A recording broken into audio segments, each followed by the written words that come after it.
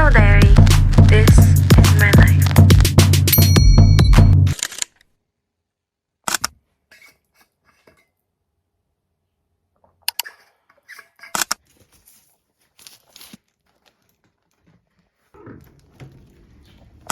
Bibili ko ng tubig sa 7-Eleven. Layo ng 7-Eleven. Hindi, parang malamig.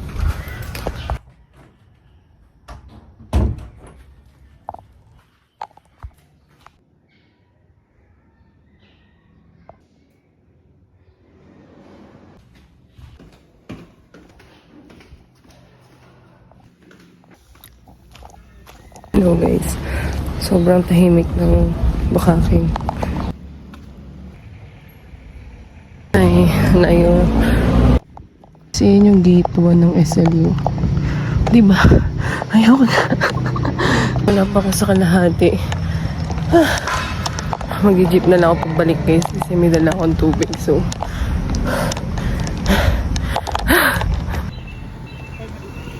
halfway done. Ito na tayo sa gate 2 ng SLU Bakaking.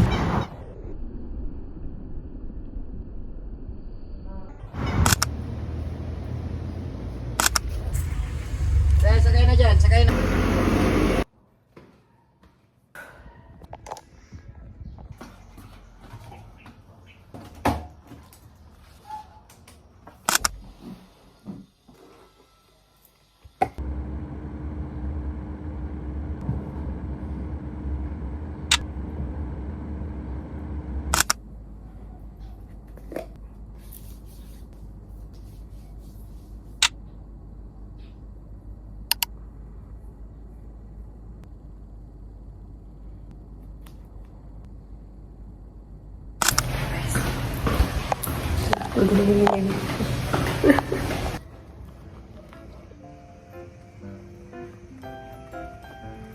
Kung talaga may nakakapitas na mga pinaggagawa ko sa buhay ko guys. Kaya mo na. Yo. Buk ko.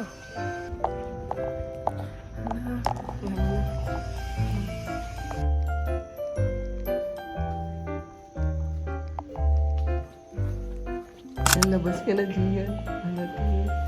First family. Nag-iintay na sila. Gian! Paragdag ka naman, Gian! Gian!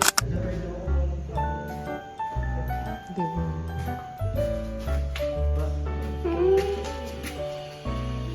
Ini kuya. Hi ka, Gian. Yan, nakita mo na. Hala, yun. Yo. Gian, anong password mo? Ano, bibili ko. Uy, gaga. Bibili ko ice cream. Pero mamaya na. I want. I like this. Di, magkano kayo isang ganito, ano? I think, what, 100 done? 31. Gaga ka, malaki yun. 120. Ah, wala silang strawberry na gano'n. Strawberry. Strawberry. Pero ang sarap. Ako gusto ko ito. Magno.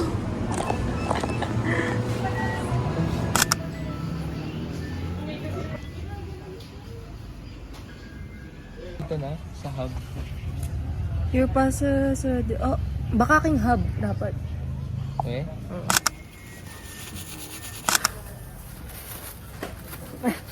Tawa ko kanino na magpipicture si Kuya Ani, tapos bigla. Oo, nidingidan niya ako ganun. Sabi. Ayun na si Lance. Nakuha mo na. Pinicture na kami. Muntik na, no? Muntik na. Na? Dinig na kami. Gaga ka. Hintay ko lang yung order. Kasi ba mamaya ibalik ko sa seller, Kasi hindi pa nare-receive. Ayan. Ano ba yan? Cleanser?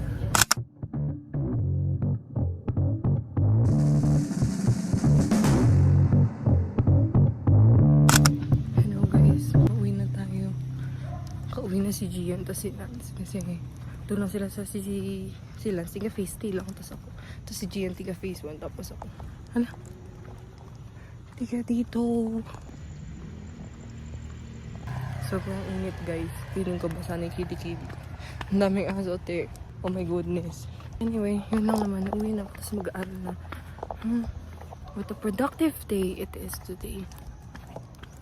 Yeah.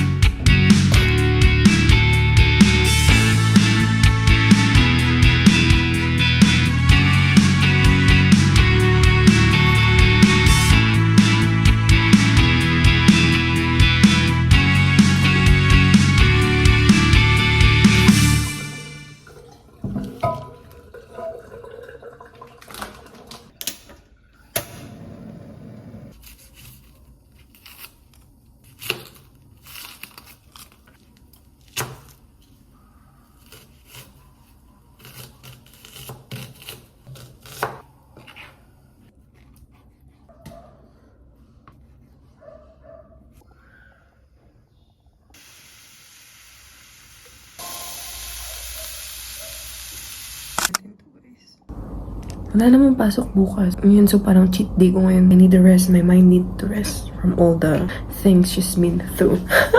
Parang dami pinagdaan. I don't think this light blue would look good.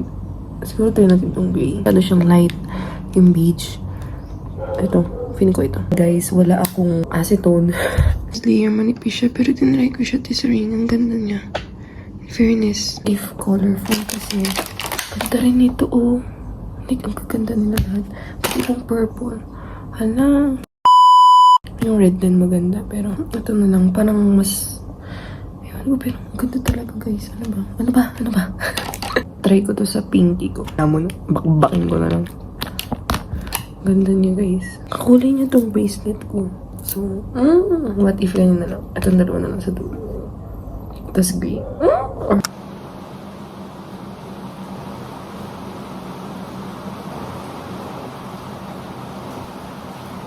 So guys, kamusta naman dyan sa Amerika?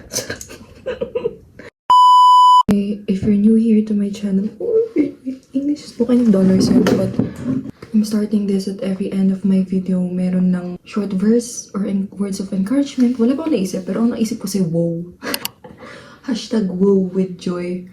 W-O-E. Words of encouragement. But let's see if next week may isip ulit ako ibang title. But other than that, let's continue. If you don't want to hear any quotation from the Bible, or you could stop here. You have the chance. You have your choice to stop watching. Kasi ito na yung end ng video. I will just read a verse and explain it very, very briefly. Okay, huwag niyo napansinin guys yung buko. Ayun niya talagang umayos eh. The verse that we are reading for today is from Psalm chapter 90 verse 12. It says, "So teach us to number our days, that we may apply our hearts unto wisdom." So kung ba nakuha tong verse ito, little context lang kasi I attended this victory group from different schools, different places, ganyan. It's like a Bible study where we gather to understand the Word of God and share experiences to encourage each and every one of us. Ganyan. Ayun, umatin ako last week. Tapos isa to sa verse na tumatak sa isip ko. Have you encountered this quote na you lack focus? Something like that. It's just tell us to be passionate about something. When you like doing things, for example, me vlogging, I'm vlogging right now, I'm recording this video because I love doing it. I'm passionate about this. So I'm consistent with it. When we say we are passionate about things, we always find a way to do it, even, no matter how busy we are. Like for example, when you love someone, when you like someone, when you're courting someone, you would always do things para lang makamit yun kasi we're passionate about something, you know. For example, we were taking a BS in accountancy course. It's which is one of the hardest college program. You're passionate about it no matter how hard it is, no matter how many noises that goes around you saying na mahirap yan, mag-shift ka na lang. No, there will always be a thought that it is so hard that you want to choose the easier path. but because you are passionate about doing it or getting this degree or doing your hobbies or doing things you like, you always find the time to do it. And that is what this verse is telling us. So teach us to number our days. And when we're making choices, since our days are numbered, it's not always about sinning, doing sins. Kasi inborn, we are sinful. You know, from Adam and Eve, from the start, we are already sinful enough. And the question is not always, are you sinning? The question that you should always ask yourself when making a decision, does this honor God? Because sometimes, you know, we are not sinning, but we are not honoring God at the same time. We are sinning and not honoring God. And sometimes we are not sinning, but we are also not honoring God. So just ask yourself, if I make this choice, will this honor God? If I make this choice, will this also honor God? And right now, you're watching this video means you still have a purpose. You still haven't served your purpose yet, you know. How do I discover my purpose, my calling here on earth?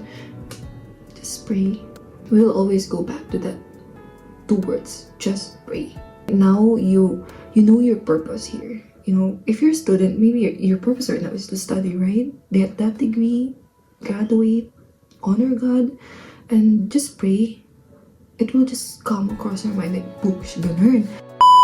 If you are blessed enough to know your purpose here on earth, continue praying and be passionate with it. Do it for the glory of God. But right now you're asking me, no ate, no Joy, I don't know what my purpose here on earth is. I don't know why I'm still alive. I don't know what to do.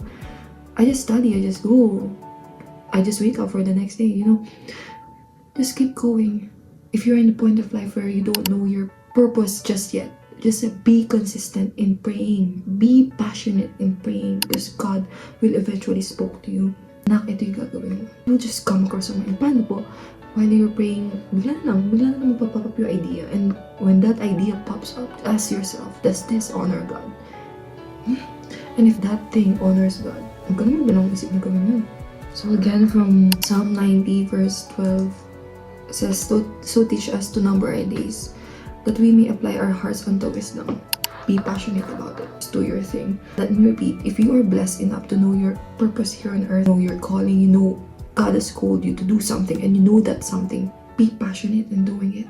Be consistent in doing it. However, if you're still in the place where you're still getting to know God and you don't know what to do, you don't still know what your calling is, your purpose here on earth is, just be consistent in praying and asking God that let His will be done unto your life. Because no matter how hard that thing is, as long as you do it passionately, the noises around you are just disturbance and you wouldn't even care about it. But I hope I made sense. Just keep going. Be consistent. Be passionate. You'll get there. Kamusta ka na kayo guys sa Amerika? Sorry, naka-turtleneck ako tas long sleeve kasi sobrang lamig na dito sa Baguio. Konting chika lang kasi. Sige. Wala, sino yun? Super lamig kasi yung alarm ko. Nagigising ako 5. Pinapatay ko lang lahat ng alarm ko and then I would wake up at 8 na. So I don't have time in the morning. But if you are blessed, just wait for the next video. See you guys next week. Wala, may langaw. So I hope you have a nice week ahead. Thank you for watching. Yung buhok. Tingin ka dun.